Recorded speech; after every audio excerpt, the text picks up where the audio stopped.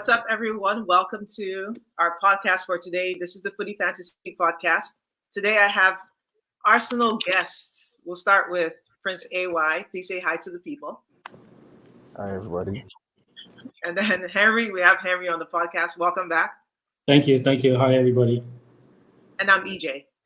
Before we start, I want to talk about our social media handles. We have YouTube at Footy Fantasy, Twitter, we're on there, we're active at Footy Ad Fantasy, and IG, that's at Fantasy Footy. And subscribe to us. It's free to subscribe. We're trying to grow our numbers, so make sure you do that. All right, we're going to jump right in. It's not, I don't know if it's meant to be an Arsenal podcast, but that's what it's turned out to be since we're all Arsenal fans. So let's talk about the game yesterday. 5 goals to Arsenal. We needed a win. We had, what was it? We're like 1 win in 7 games, 3 losses back to back to back, a 2-week hiatus or maybe a weekend off. And I just saw the boys playing in Dubai. I was like, I'm tired of seeing you guys play. Come and give us a win. So I was happy that we got that victory. What did you guys think about the match? Start with Henry. I felt it was a much needed victory because I just felt like we fell into a really, really bad funk and we needed something. The early goal really helped calm the nerves. I think he kind of set the tone. The set pieces, I think that's something we've sort of thrived on this season. So I was happy about that. I was happy about the overall display. I like the fact that Trossard, sort of like contributed immensely. Because, I just feel like, there's certain things, I'm guessing we'll talk about that later on during the show, that we haven't been doing well. But, I guess we needed this break. And is a testament to what we say sometimes. If you're rotating properly and giving these players enough rest, or not one player overrunning and playing an entire 90 minutes. But if there's healthy competition within the team, it will help us overall. But yesterday was a much needed victory. I'm happy we got it, and I can't say anything other than that. Yeah. What about you, Prince AY? I mean, like Harry said, I think even for the fans, I think we needed to just get away from everything for a second, because it was like we just can't catch a break, right? Just you know how it is with when Arsenal is playing, you start nervous, or you start watching the game like, yes, we can do this, and then the clocks just start rolling down, and then the nerves kicks in, and then like, oh, what's going on? But yeah, generally speaking, I think it was a much break for both fans, players, everybody. Just take a minute away from the game, reset, and come back. And honestly, even yes, I wasn't expecting that the scoreline would be that much, right? For me, I was thinking maybe 1 or 2-0, and then just smash and grab, just get out of there, and just get a win, basically. Right? But it was such a good game. I mean, even though I have a little bit of things to pick about, but then I think we'll talk about that later on in the show. For me, I think by the time we got to the 3rd goal, I was expecting 5 goals. That was just me. I actually said that in one of my group chats. I was like, we need to go ahead and get 5, just because we needed to like rebuild our goal difference from just like not scoring in the last few games and losing those matches. Yeah, I wish I'd seen a goal contribution from Saka. I think it was close, but we know they gave that goal to Dean Henderson. And watching it again, it was his goal because he completely headed the ball into the goalpost, into the goal. What else? Crystal Palace was just not good. They didn't come to play, and they just looked like they weren't up for it. They weren't challenging us, so it did look easy. And like you guys said, we needed that easy win. I don't know if I'm comfortable still. I don't think I can say, oh, we've righted the ship. I think Crystal Palace was a sinking ship themselves, and we took advantage. We did what we needed to do. They didn't pose a threat. I think their coach will be fired. I don't know if it will happen this season, because you shouldn't fire a coach after they play Arsenal. But he's gonna go. He's very old. I just saw, and I felt bad for him. I was like, damn, he just looks sad. But I know it's not that he looks sad. I just think it's because he's old, and old people tend to look just like a little bit drawn. But yeah, good game for us. Good win. Only if I have anything else to add. If you guys have anything else to add about the game, we're not coming back to this. So go ahead and add it From the game, I mean, just the little things there, especially for Martinelli. I mean, those two goals flattered him. Let's be honest. Those two goals, they did flatter him. For me, I think there's a major problem in the way he plays. Is in the group chat, I've called him the heads down merchant. And for some reason, I don't know why. I think that started this season. He never looks up, right? Every time he's with the ball, his head's just down. I'm like, you have everything to become this elite player, right? But you're always looking down. And for me, if he can find a way to just take that out of his game, I think he's just gonna go to the next level. Because what that does is that is situational awareness just disappears when your head is down, right? You don't know exactly what's going on. The goal that he scored, I mean, yes, he scored the goal himself, but then if it was say another goalie that came out right on time, he could have, there's a pass there for Saka, right? He could have made the pass, but You then mean the if second you goal? again, yeah, the second goal, right? But it's again, his head is down, right? But then thank God he scored, right? But then that's for me, I'm just nitpicking. If it Okay. was say, yeah, I'm just nitpicking. But if it was like say really say we're playing like the top side, I doubt if he scored that goal. I really doubt it, right? But that's just for me. Okay. Let me take these comments real quick. Um, Haters have come to join us. Damn, Prince AY's house is huge and airy and so much space. Heart. Yeah, Ah, that's a background. It's glitching. For a moment, I was yeah. imagining how my ancestors and his ancestors went together on a hunt every full moon. Not sure who that is. Leave your name in the comments. It sounds like Linger. I don't know, because Linger is a hater. So every time I see comments that just like I Or maybe I mean Kwame. Kwame uses so he probably use have YouTube Kwame to shows kind says his name, so of he puts his course, name. of course, yeah, of course, He puts of his name. course. If it's not there, who else will be there? Oh, this is Doc. It's a good Doc. Oh, okay. And Kwame said, if Vieira got the sack, this is in reference to my comments about Hodgson. There's no reason Hodgson should keep his job. Man like Roy Tusela. He is 76 years old. Yeah, he should. He will get the sack. I think they'll just make sure they don't drop before they do that. If they're dropping, then he'll leave. If they're not, then he'll leave at the end of the season, and then he'll retire. Any extra words for me, Harry? Yeah, just the only extra things I probably have to add on is while the score I think was flattering, especially with the last two goals Martinelli scored.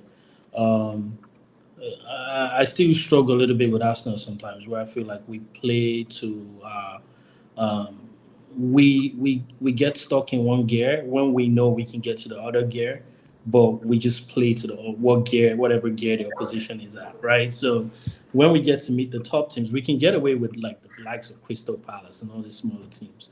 But when we meet the top teams, they move up those gear pretty quick. So that's also the problem I have with them.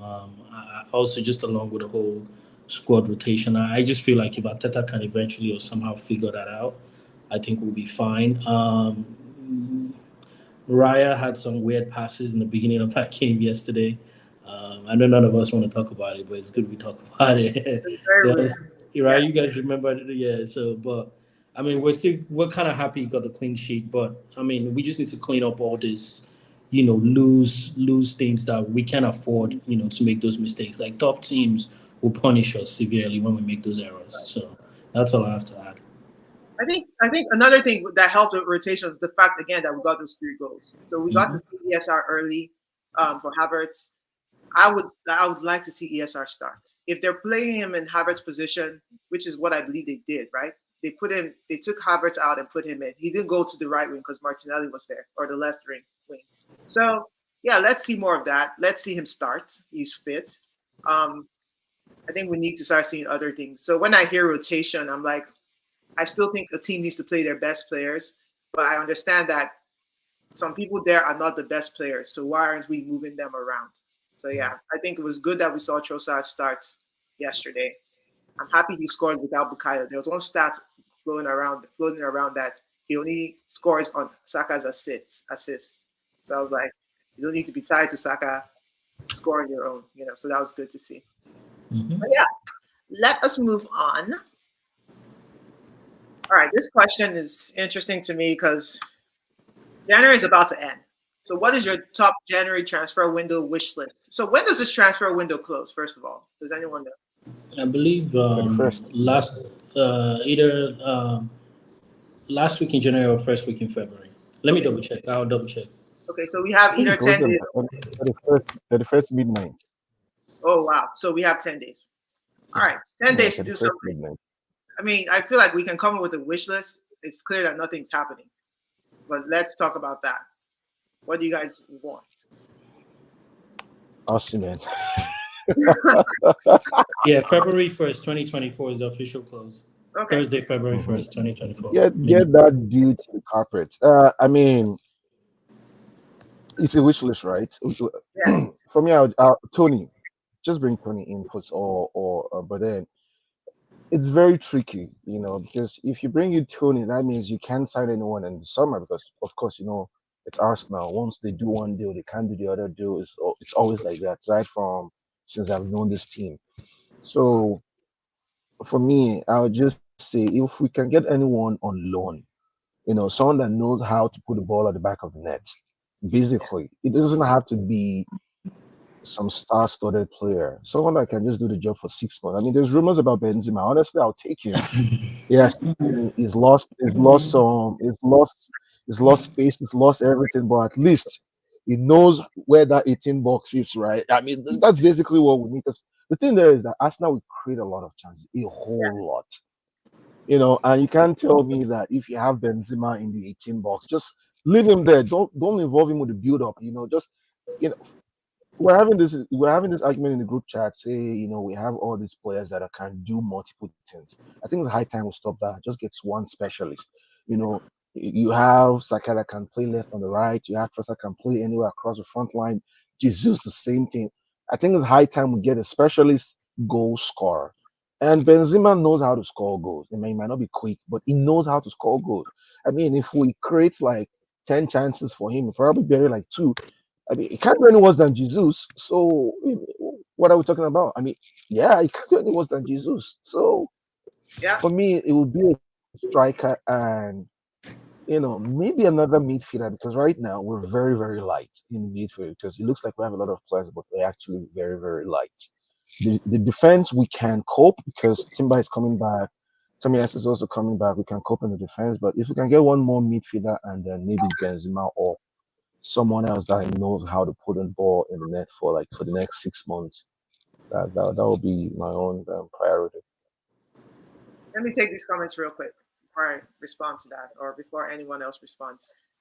This is Aga Kwame. He's saying that Henry is always unsatisfied with Arsenal. He's referring to Because we expect better. I mean, the thing. Let me, if I can respond to him. The problem is, a lot of us have really forgotten, and I guess that's why they diss a lot of we Arsenal fans, because we that started supporting Arsenal like from back in the days, we knew what Arsenal was when we had quality, right? When you had the likes of like not even Van Persie. I'm saying like Bergkamp, you had Kanu, you had Ian Wright. Like we have this history, but it's just that we've not lived up to. It's been so long since we've lived up to the expectation. So when you see us demand, it's because we've seen them do this stuff before. It's not like, do you understand? We're still the only team that have the whole invincibles, right? Like the whole season. Those stats are not beans, right? yeah, So to date, in my own opinion, we still have never. The last pure out and out striker we had was probably Van Persie. yeah. We've done this thing where we make shifts, where we play wingers as nine. Oh, You Giroud was know the third striker. What was he? who? Giroud. Oh, did it? But did he leave before Van Persie? No, he was right after Van Persie. Okay, so maybe he's the only one. But think about what we're saying, EJ. Right. I mean, Can we really put potato? Can we put Giroud? We're calling striker Giroud Van P. Do you understand? But, So but sorry to cut you short there, but that's the thing though. Giroud is criminally underrated.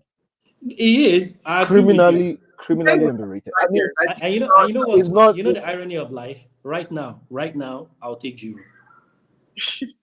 Like right now with this of particular course. team. We all agree that Giroud wasted Ozil prime years. We not Yeah, he not did. good. For us, what did Giroud do for us? He 12 goals a season. That's what Giroud did for us. 12 to Yeah, 7.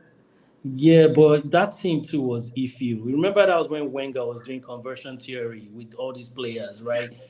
So I don't blame him because we've seen what he's going to do in other clubs since he left. That guy is the He didn't natural. do that much different. Let's be fair. He did not do numbers. He's doing like moments. Yeah, but So think he's EJ. so So think boring. about the intangibles, the things with how he carries the other players Yes, along, I the agree. hold up plays, right? So those are other things that He we didn't do that for us. I know yeah, because I was watching during the World Cup. I made comment. I was like, "You Giroud for France is different from Giroud from our." because of the caliber of players he had. And those players were playing the natural wings, right? Again, in Arsenal, I mean, minus Ozil, who else did he really have to give him all those assists? Not Sanchez. What are you talking about?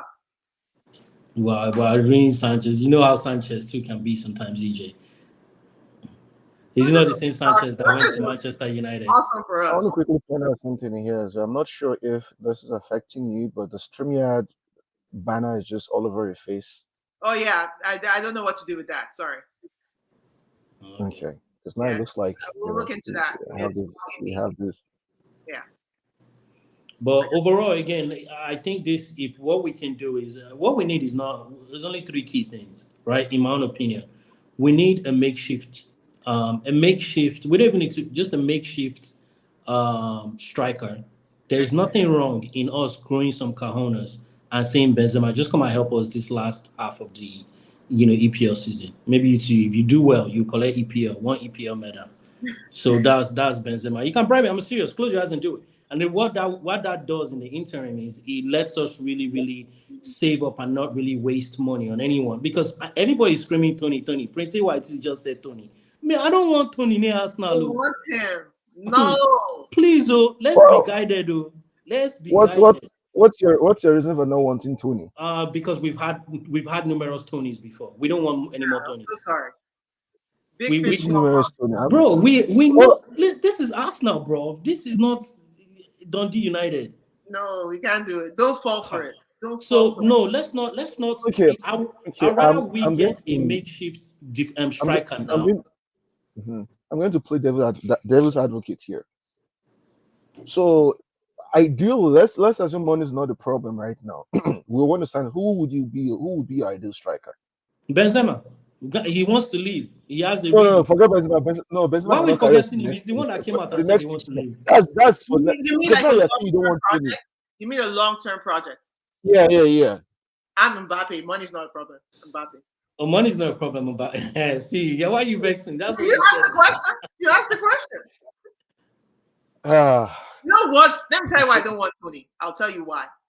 right. First of all, let me add Ola because Ola usually, even though he's a Liverpool fan. Ola, welcome. He's joining us What's for a up, different Ola? reason, but Allah, wait. Before Oga at you the top is really you. have you paid your bill? You know what I'm talking I about. paid my bill, though. I paid my bill. Don't worry. No, even though we have a storm, here tonight, but don't worry, they won't cut the connection tonight. So the Oga at the top is telling you guys. All right. You said that you don't want Tony. Why? What's the reason why you don't want him to? yeah, I think Tony. Okay, right now they're quoting 80 to 100 million. So I have a problem with the price for a Good 28 for year your old. call. I have a problem with the price for a 28-year-old. I also have a problem with big fish and small. I'm consistent with that, and there's going to be the anomaly. Very few of them pan out, but there are Mhm. some. I'm not going to dispute that he could be the one that stands out as far as like big fish, small pond. I mean, he's in a small market right now. I don't think that usually translates to a bigger market. Same for coaches. I say it all the time. Two, I'm not going to Okay. dog kick him out while he's down, but I don't like the charges he had against him. I don't know if it's rectified, and you can't be banned for 8 months. And that Okay. Okay. if Let that me happens again, then we lose him for eight let me months. play devil's advocate here. You know they this say in Naija, they will say now who they cash now be thief. You know now who they cash.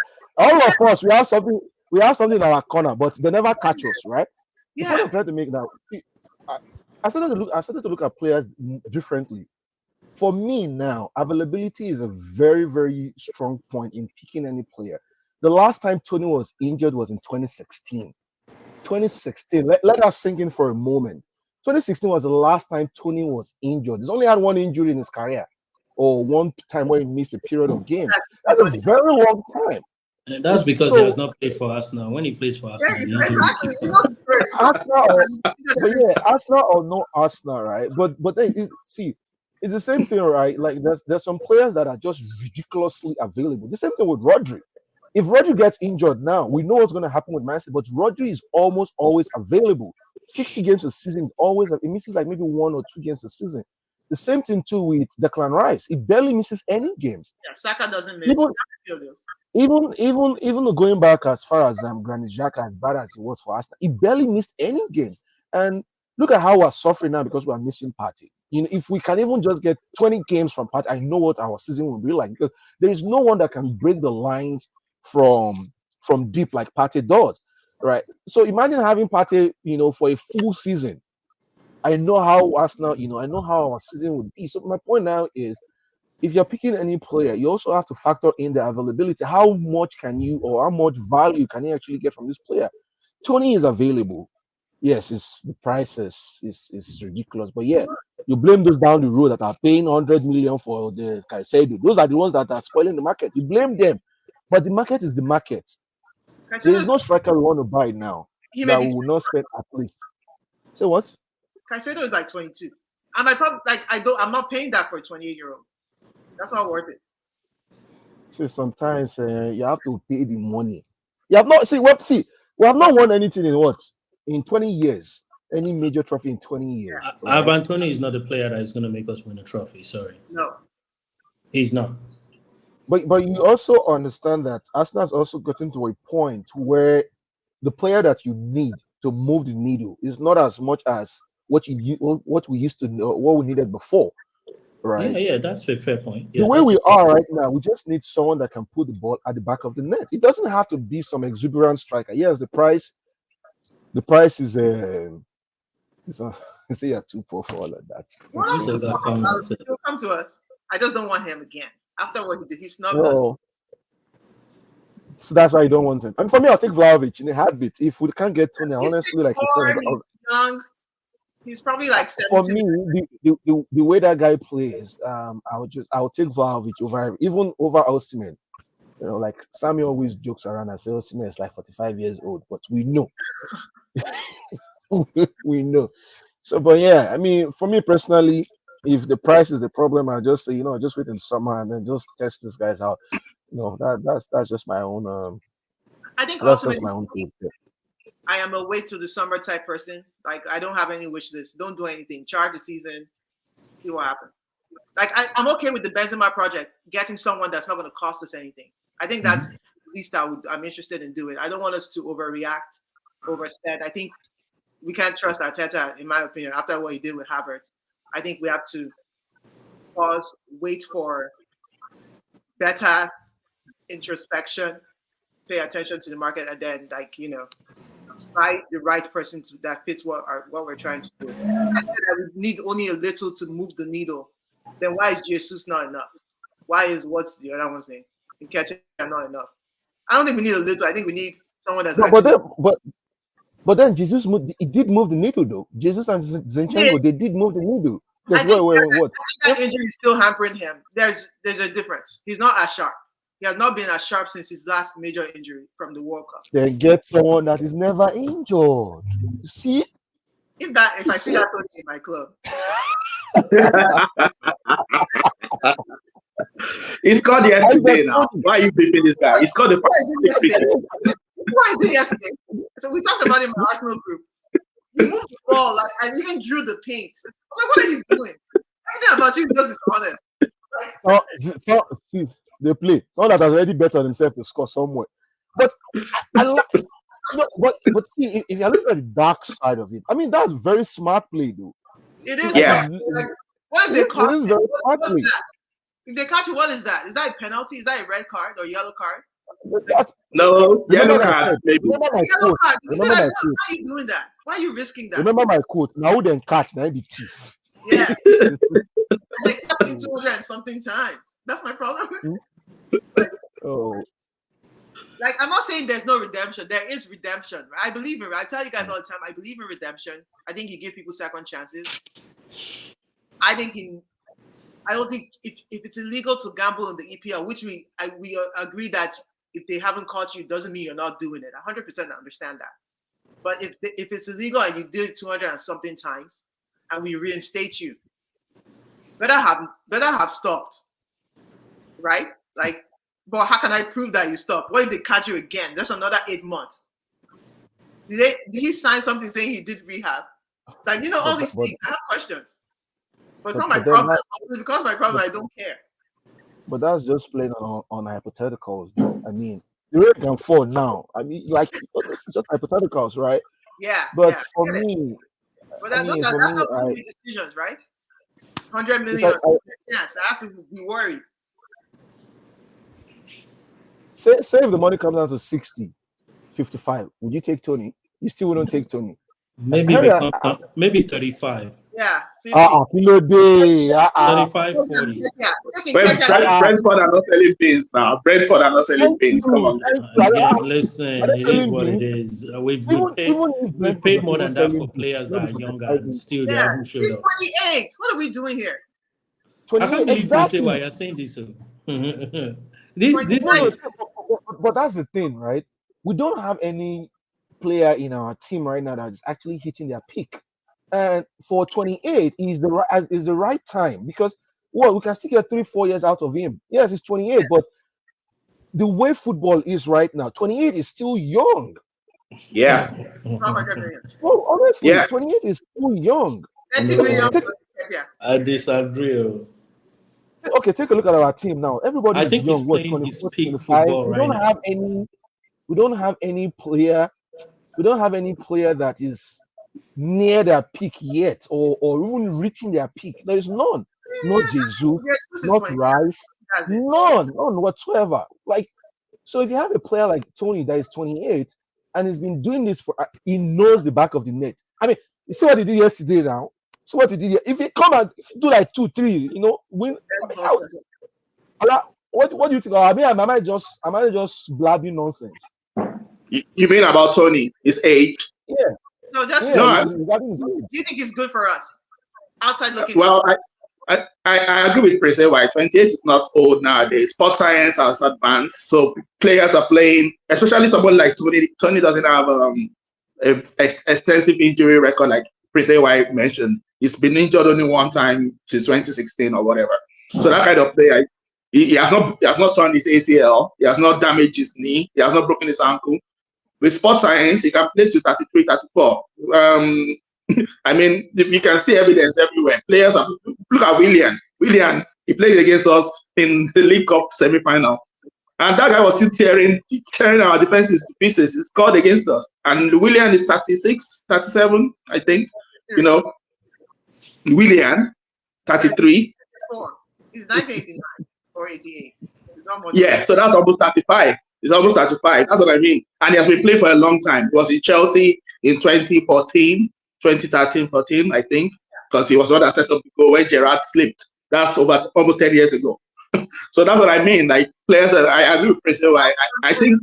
When I talk about age, I don't mean, we think he would die tomorrow. I just mean, I think he's too old for the price. That's my point with the age. I don't think he's too old.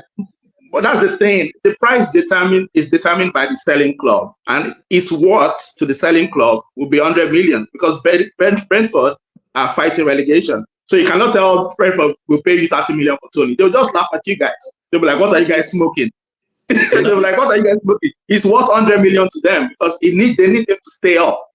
They are missing Mbuemo. They are missing Wissa. They are missing their strike force, so they're not going to sell him to you for 30 million. What are you guys? I don't want them to even sell him. Yeah, don't sell him. Keep it. I don't want them. No matter how much we give them, they shouldn't take. The other thing I was going to say that EJ didn't mention that I'd like to mention is it's also that Tony is already playing his peak football. There's nothing else new or better that he's going to do other than what he's already doing right now, right? He's playing his peak football. He's 28. He's not going to get any better. What you get now is what you get. So take it or leave it. That's it. Do you understand? So that's how I'm assessing this, right? Look at the relative to other players he's going to be playing with: 21, 25, 22. Odegaard, Saka, Martinelli, 22. Those ones are still coming. They're going to get there, but I don't know. There's nothing Tony's going to do for us that other players haven't done, or that even certain players that we have now, if you give them time, they wouldn't do. It's We EPL need a proven. player. Sorry. Soon is EPL proven. Is EPL proven. Okay. Well, It, I don't. 2 years. How long has Brentford been in the league? 2 Is years. it more than 3 years? I think 2 or 3 years. But then it's EPL proven. Babe. Even Saka is EPL proven.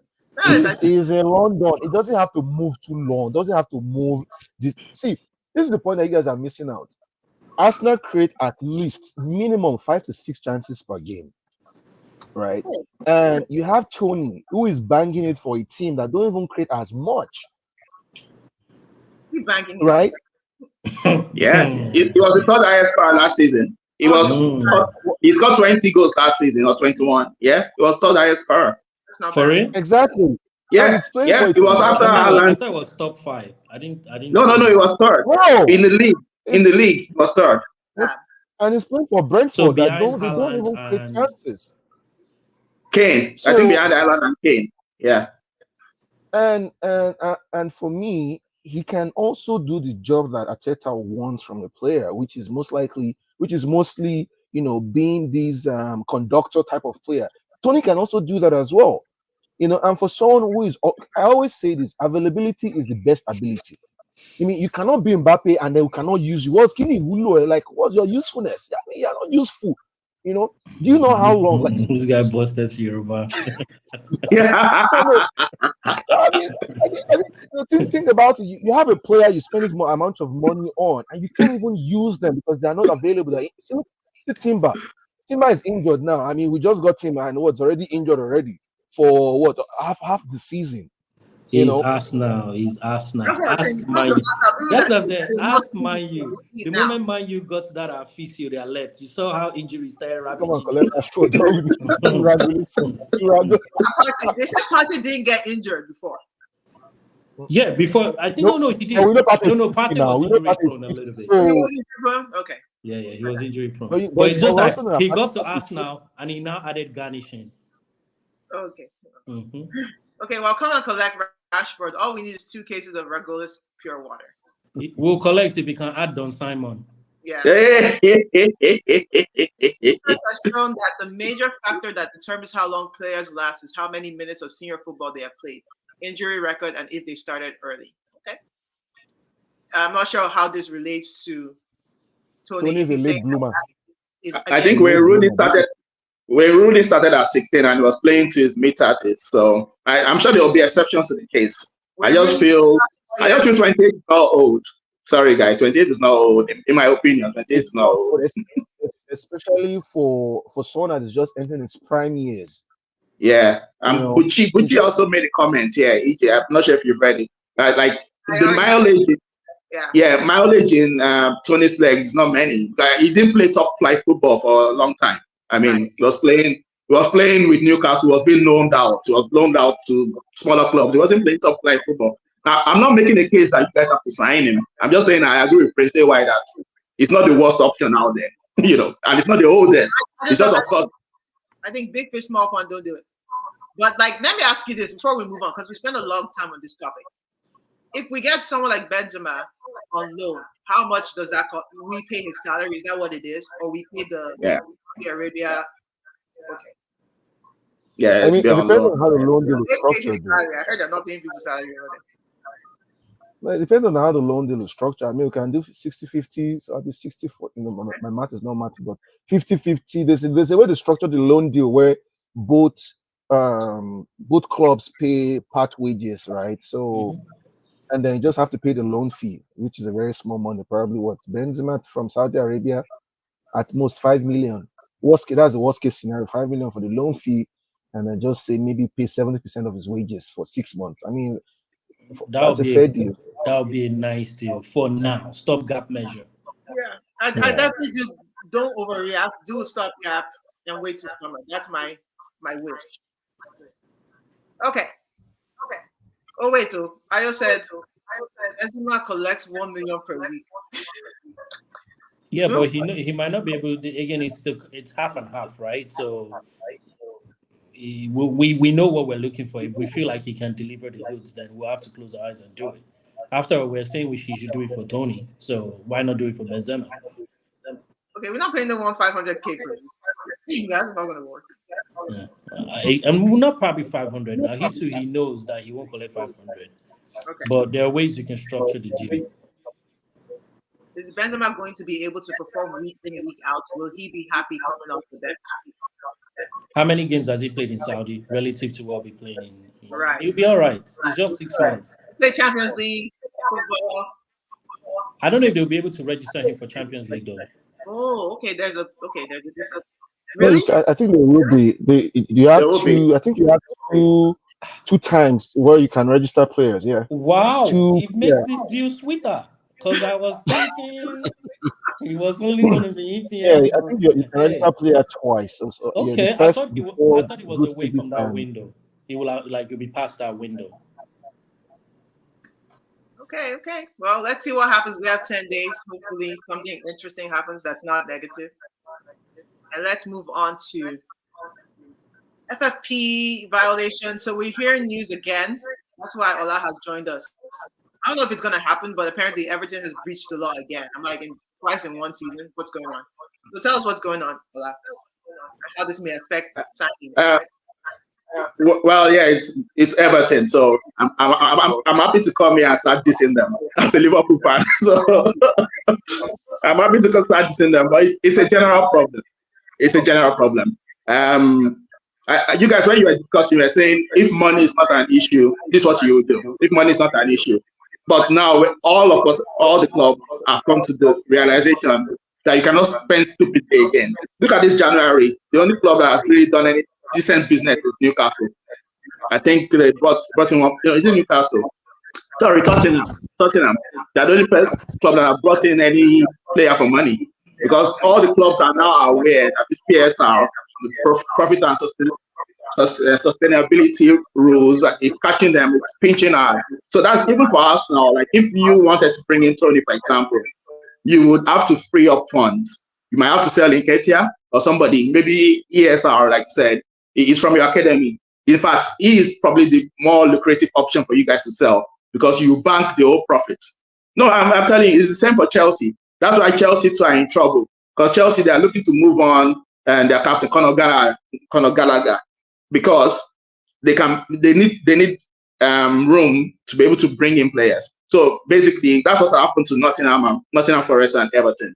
This PSR rule is basically financial fair play, but they're calling it PSR now. What they're doing now is they're telling you that over a 3-year period, you cannot make losses of more than £105 million over 3 years. What happened to Everton was they calculated it up to 2022 season, and of course Everton went over the 105 limits. I think they made losses of 124. Why they got punished and why people were saying, "Oh, it's not fair on Everton." Everton admitted their guilt. So, like Prince Ayman says, they actually got caught and said, "Okay, it's true. We are thieves. We are thieves." So they held up their hands and said, "We are thieves." So the Premier League said, "Okay, but we warned you." That's why the Premier League were after them, because Everton had come to the Premier League before and said, "Look, our books are not balancing. Our maths is not matching. Can you help us look at our book?" Premier League suggested to them, "Okay, you guys, don't buy any stupid transfers. Don't make any big transfers. Just try to stay within the limit." So they advised them. Everton didn't hear. They put their fingers in their ear and went and started splurging money. So when they now exceeded the limit, Premier League now said, "But we warned you, and now you're admitting guilt. We're going to dock you 10 points." Then everybody started saying, they are victimizing Everton. They are victimizing Everton. But they broke the rules. They cheated. And people are not even showing sympathy to the teams that got relegated. The teams that got relegated, Everton just stayed up by maybe 2 or 3 points. There were teams that went down that nobody's having sympathy for. People are having sympathy for Everton. Anyway, these new charges are based on 2023 season. So they now investigated them again. And both clubs admitted guilt again. Forest too. You know, Forest, when they came, started buying like pure water. They were buying players like pure water from all corners of the globe. There are like 27 players, I think, they bought in the summer. So they have exceeded the profit and the limits, £105 million limits. Now, the knock-on effect for the whole league is that everybody's now sitting up. Everybody's like, man, so we cannot just be spending money stupidly. That's why you see teams like even it's affecting not just the small teams, even the big teams. But people used to say before, oh, this FFP is just targeting the up and coming clubs. You know, they're not letting them. But it's affecting even Man U. Man U got punished for FFP violation last year, and they too can't spend anyhow. That's why they too are looking to try and sell players so they can bring in new players. That's why they have to bring somebody on loan. Was it Amrabat? They couldn't buy Amrabat straight up because they too are in the process of almost violating FFP. So the thing is choking everybody now. Newcastle too have been crying. Newcastle, they spent almost 400 million, but now they can't spend again unless they sell. So or else they will violate these FFP rules. So and this they're crying that, oh, we want to spend, but we can't spend. We need to sell. So they're thinking maybe they'll sell Jerome Gomeres or they'll sell Isak, so they can bring in money and then buy more players. So Everton and Forest now have been made scapegoats again. And of course, what we hear is, what about Man City? The Lance Armstrong FC, the biggest thief of them all. What's happening with them? The thing is false equivalence. What Man City did is not equivalent to what Everton and Forest did. Man City's case is more complicated. They are obstructing justice. They are not handing over all their books. They cooperated up to a certain amount and then they stopped cooperating. They didn't admit guilt. Their lawyers are blocking everything. Their lawyer, like Premier League will say, we need this document. Their lawyer will say no. They'll carry it to court. They'll drag it out 3 months. Then the court will now say, yeah, release that document. So they're just dragging it out. So that's why Man City's case is not cleared yet. But it's not like they're going to entirely escape. They are still being under investigation. It's just like Everton's case and Forest case is more straightforward, and those clubs cooperated and they admitted guilt. Man City are now admitting guilt. Man City, they've even said it. They said the verbatim that we will hire the best lawyers and we'll drag this out. We will outspend. They said it about UEFA. Yeah, it was in an email. One of the executives wrote it. He said, don't worry, let UEFA bring their lawyers. We bring our lawyers, we will outspend them. That's what Man City are doing. They don't hide it. And then something came out today about Man City. Last year, Man City went to meet the sports minister in the UK, Stuart Andrew. They went to meet to discuss. They said they were discussing football governance. Why are you the only club discussing football governance? why are the 19 other clubs not discussing football governance? So very, very suspicious, very suspicious. And this just came out today. Nobody even really knew about this. They just went behind everybody and went to meet the sports minister. That's why they say political. That's why when you have these political regimes, they're trying to exert their influence. They're trying to dodge. Now they're claiming, no, we didn't discuss the 150 charges. No, we're just talking about football governance. But why? Why is it only your club that needs to discuss with the sports minister? So it's an interesting situation. I mean, even Man City, since the last few years, they've been complying. I mean, they've not broken any rules. It's just that the previous 9 years leading up to 2018 is what's been investigated. But everybody now is like, okay, we're not going to spend stupidly. That's why it's with Arsenal. So when you guys are saying you want to buy players, yeah, it makes sense. You need a striker, but then you don't want to force. You don't want to break the rules. You don't want to break the rules now because you might get punished. You know, so it's interesting. And yeah, I'm very interested. I'm curious to see what they will do again with Everton. If they continue to subtract points from them, they're going to get relegated. You know, I mean, it's just too much. They should. They should. I'll be happy to see them go. They should. Useless club. Do you know why? The reason is Everton actually, they're trying to save them. This whole profitability, sustainability rules, the overall aim is to make clubs spend within their limits, spend within your means. Now, of course, people will say, okay, you're trying to create glass ceilings for some clubs. But the truth is, I think Idris used to argue this point. He will say, let the owners spend what they want. Like if Abramovich come in and say, I want to spend 2 billion, let him spend what he wants. If this guy wants to spend 2 billion for his club. But the problem is, the other clubs want to keep up with the Joneses. So, for example, you look at Leeds. What happened to Leeds? When Leeds came, they got relegated because they were chasing the dream. They were spending beyond their means. They almost went bust. Portsmouth. There have been smaller clubs, Derby County. You know, so we need these rules so football clubs don't die out. So that everything, like, just spend within your means, you know.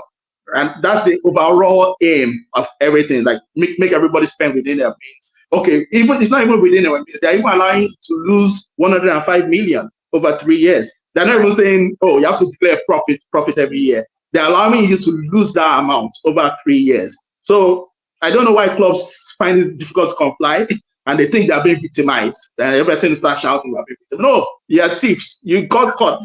So you must be punished. Flogged. Koboko.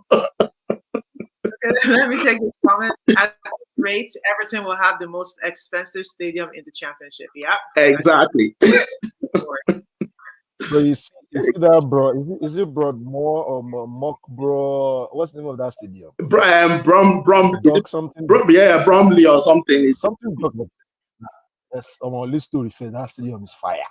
Wow. No. That stadium is. You reach for them to be caught. You know, there's this famous saying that at least if you want to thief well. So at least no, but all jokes aside, that stadium is man. Yeah. I'm not sure the stadium will be ready. And the construction company that came up with the idea that's a very beautiful stadium once they finish. But yeah, just to touch up on the point that you're making, I think what most people fail to forget when it comes to that sustainability rule is that it's all in percentages, right? The more money you make, the more room you have, right? It's not like one club is trying to outspend another or anything, but it's all about, like, say for instance, one club is bringing in an income of 300 million. That means they have more room to play with money, as opposed to a club like, say, Brentford that's maybe bringing less than 100 million. So that means their own structure of how you spend the money is going to be different, right? So yeah. Now, you know who I would take if Newcastle is trying to make money and they want to sell Isaac or Isaac, whatever his name is. I'll take him. I'm just saying. You're the same boat. I mean, it's like in our group, Danny is always campaigning for taking Isaac. Is it Isaac or Isaac? But the problem I have with him is the same that I've been saying. His money is always injured. He spent that amount of money. I mean, see for Newcastle, probably 80 million. The bottom was 70, so they can't sell him less than what the bottom for. Okay, right? No, we don't want him. Yeah, the bottom was 70 million. So you cannot do Ijebu things in this transfer market, EJ. You cannot do Ijebu. If you want a good striker, like I want to. If I want to spend 100 million, I'll add 20 million and buy Osimhen. That's it. But strikers are the most. I always tell people there's a reason why strikers are always the most expensive players, because there are not many of them. I mean, good strikers. There are not many of them around. There are not many of them. So when you see one, you have to pay look at Nunes. Nunes has been missing chances for us. Do you know how much we paid for him? We paid 60-something million, and add-ons should take it to 80 million and more. Yeah. And that's Nunes. He doesn't even have 20 goals this season. He's having a good season, but I mean, it's not like he has scoring 20 goals. And that's a striker that we just bought from Benfica. It's not like we didn't even buy him from La Liga, or we didn't buy him from Syria. So strikers are expensive. I mean, prolific strikers. So you cannot get a prolific striker for 30 million. It's not going to happen. You have to pay 100 million, EJ. Sorry. 100 million flat. Another thing most football fans fail to understand is goal scoring is the hardest part of football. It's literally the hardest part. Goal scoring is every other thing you can manage. But that goal score, you cannot manage. You enter, you know, enter. There's no two way about it. I mean, you nailed it. I mean, if you think about it's either you are scoring or you are not. There's no in between. You know, like other positions you can actually manage. You can say, okay, you know what, at least he's doing this, at least he's doing this. But you see that goal scoring, you're either it's scoring or not. There's no hiding place, right? Yes. And just to support what you say, if to get a prolific goal striker, you need to pay the premium price, or you can groom one, which we all know football fans don't have time to groom anybody. We want it now. Eddie. What's the next topic? I think we see what Eddie can do. I think even me, his strong supporter, I think we're good on what we've seen enough.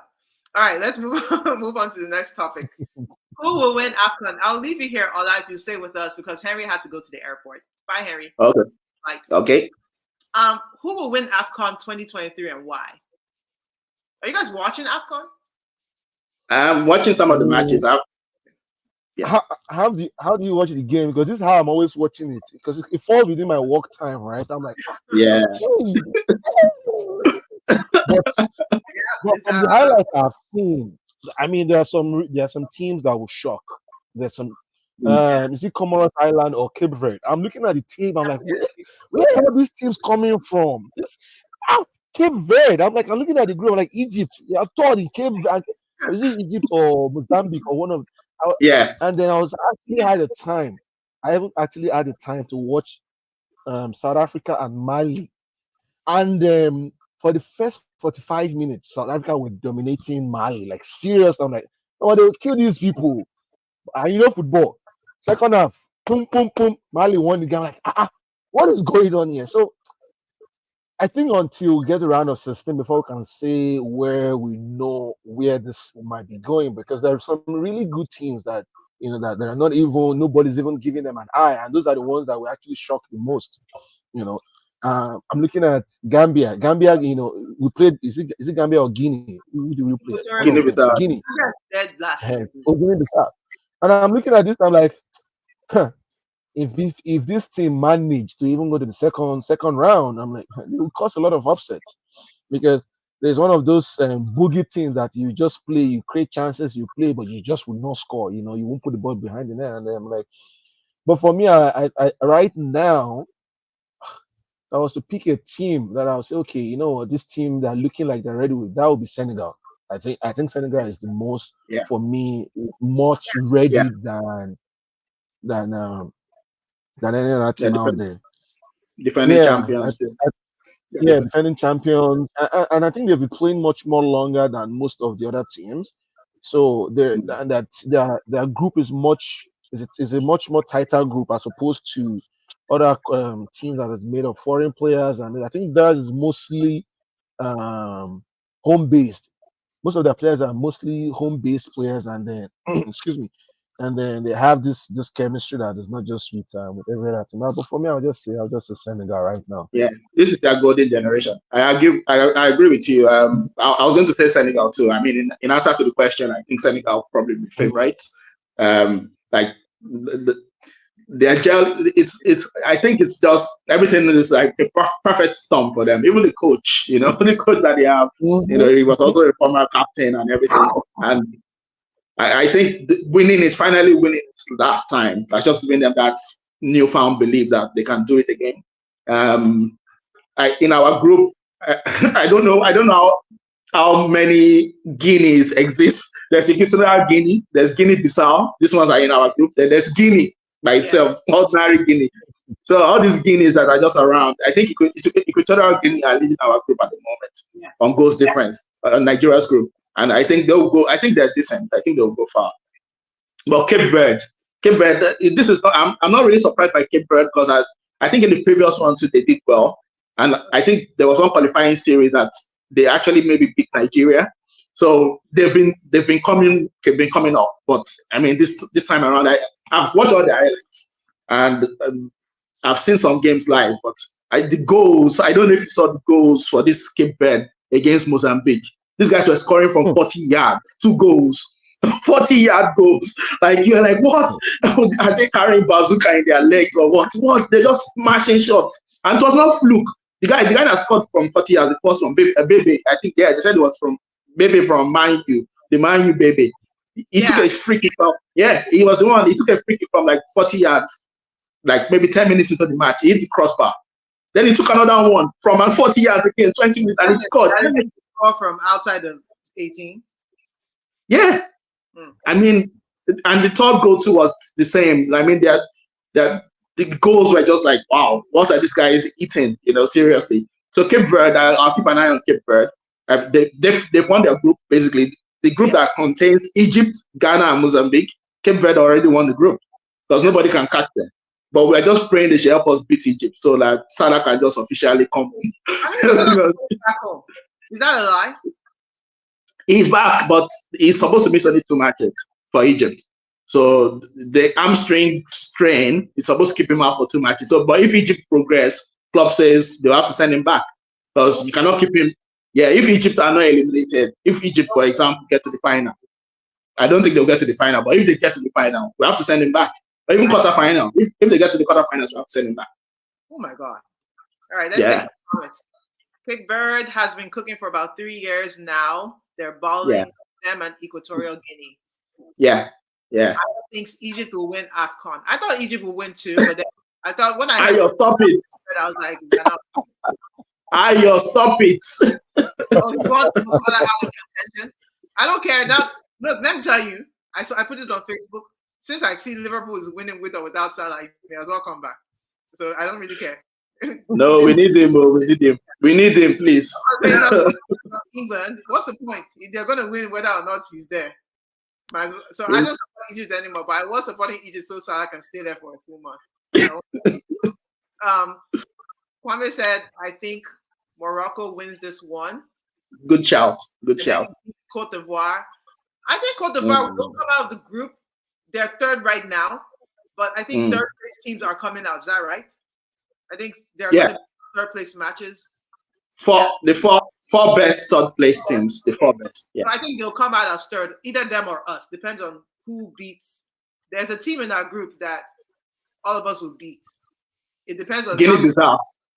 Yeah, Guinea-Bissau. It depends on how many goals we all beat that team by. I think that's how we decide who goes further. I think we're already we have 1 win and 1 draw. So if we win the next game, we can either top the group or, we have a chance. That's what my point. Yeah. Guinea still has to play Ivory Coast, so I think we could top that group if we just beat Guinea-Bissau. That's why we just going with Team Nigeria. We're winning AFCON. This is 10 years after our last win. 10 years before that, we beat Ivory Coast in the group. There's a parallel, and you guys know. There's a parallel. We are going to. If I spoke to you too, right? The what? I said if I spoke to you too. if I spoke to you too, if I don't speak to me. But no, I think this is a good year for us. I think it's going to be one of those things where it's not the best team that will win. I don't think AFCON has ever had the best team win. It's always the person who scores the last goal. I don't know. They're never the best teams. You just have to be right place, right time. I think we can do something. I think we'll win. I hope so. Nigeria, we're overdue. We're overdue another AFCON. Yeah. Okay. What did he say? Sorry. Kwame is saying, guys, remember teams that are looking dead in the group stages usually wake up in knockout rounds. I think we're dead. We look pretty dead. Sometimes. Dead food. Dead food, fam. Okay. Ayo said his hate has nothing to do with EPL. City has locked that in. I don't think City has locked anything in. I'm sorry. I used to think that 2 weeks ago. Now I'm seeing enough from Liverpool. I'm not saying that to you guys. I don't want anyone to say that. We know that you're just saying, we're just saying that you're just saying on this podcast, but inside your mind, this team. No, I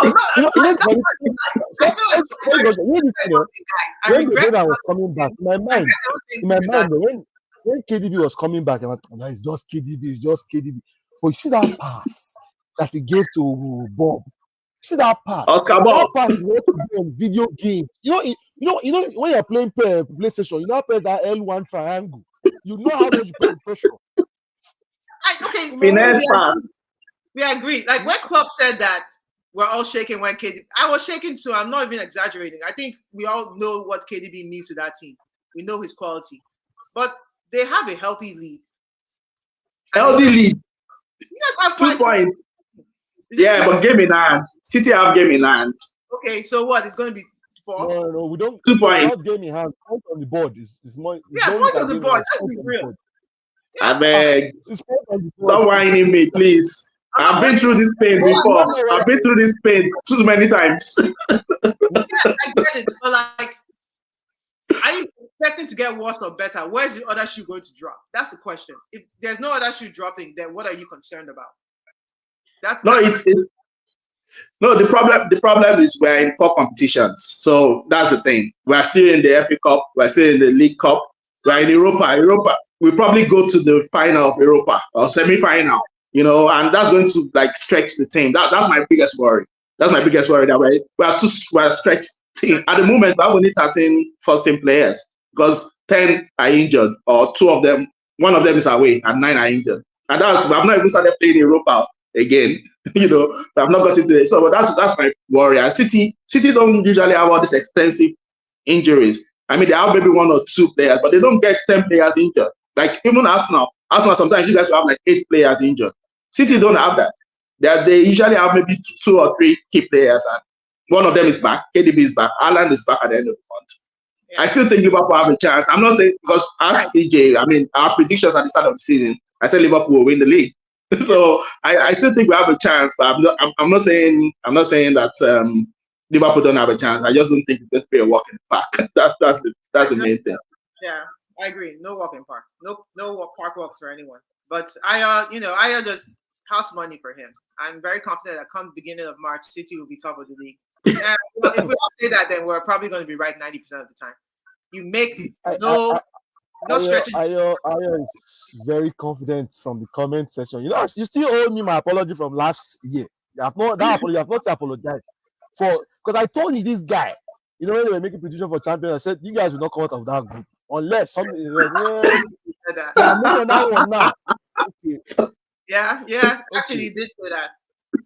All right. Okay. So we all agree that you guys, we'll lock in our answers. AFCON, I say Nigeria. Y'all say, I don't know what you said, Prince. I say Senegal. Yes. Senegal. Okay. Yeah. I mean, that's okay if they win, but we want Nigeria. Okay, cool. Let's move on. Oh, this is one thing you started in 2023. So this is our segment where we talk about things that are not football related. One thing you started in 2023 and would like to continue in 2024. Any takers? For me, it's actually the other way around. Something I stopped in 2023, I started doing it. Okay, go for it. For me, it was more about taking accountability about a lot of things and then actually planning. So because what I found out is if you fail to plan, that means you plan to fail. Half of whatever you're trying to achieve in life comes from planning. Even if you will not execute, at least you have some sort of direction, because life itself can get very, very chaotic real fast and real quick. And, a lot of things, spiral out of control. If there's one thing I can say that I stopped doing in 2023 or that I started doing now is relinquishing control, trying to control everything. It just gives you more anxiety, and then more stress. I'm like, you know what? Now I'm operating with Philippians 4:13. I can do all things through Christ who strengthens me. I do my best and I leave the rest. I try not to control too many things, like before, where you're stressing about, what's going to happen if I do this, I stop basing how I operate on outcomes. Now it's of processes. Have I done this? Say, for instance, you want to read, you want to do 100 books. How many have you read so far? Rather than focusing on, I want to read 100 books, I want to read 1 page. How many 1 pages can I read? All right. So rather than focusing on the outcome, I'm now focused on the process, because at the end of the day, the process is what will take you there. So maybe, or something I'll just say, I've started to trust my own process, like our own process. Trust the process. Good. What about you? Anything for us?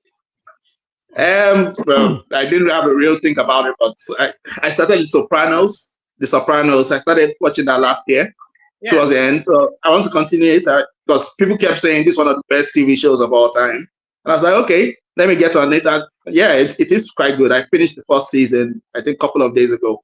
So I'm in second season now. There's 6 seasons. So it's going to be a proper... Sorry? How many episodes per season? It was 13 episodes the first season. I'm not sure if they increased them going along. I don't know if they added more. But first season was 13 episodes. So hopefully I get through it. So I started out in 2023. I'd like to continue and finish that off. Because, I mean, it's one of the big 3.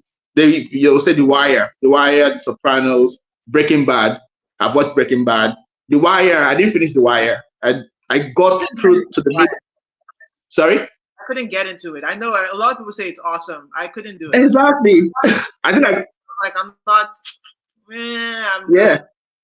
It was all right, but it was not the way it was hyped to be, in my opinion. Anyway, so I think I stopped in season 3 or season midway through season 2. So I didn't finish that one. So I want to finish Sopranos. But people say, Sopranos is one of the best of all time. Okay, yeah, let's see. Let's see if I get through it.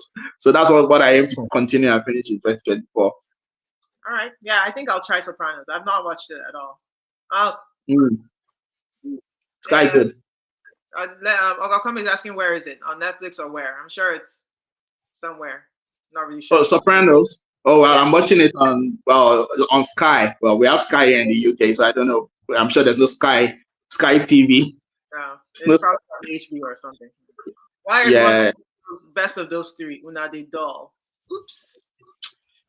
No, but Sopranos, actually, I know where it will be in the US. It will be on HBO in the US. Yeah, it will be on HBO. And I am saying Sopranos is amazing. Lots of amazing innuendos and silent racial dynamics. Okay. Yeah, it's quite good actually. The first season was brilliant, and second season I've done 2 episodes in second season. It's good. Right. For me, it's obviously I'm a writer. You guys know I just published my 3rd book, and so I started writing my 4th book last Fantastic. year. Yeah. So we need to finish that. I give myself a deadline of March, so I can wow. start this book. That's a tight deadline. It's a tight deadline because I have a writer's block, which means I don't know what I'm writing right now. So I really need to. I've not written a word for like 2-3 weeks.